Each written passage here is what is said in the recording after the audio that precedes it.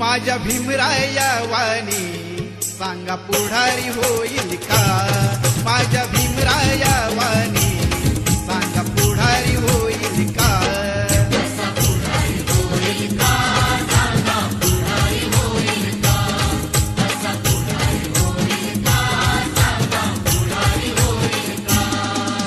सुज्ञानाचा निर्मळ जरा भीमासारखा माणूस खरा जन्मा येईल का?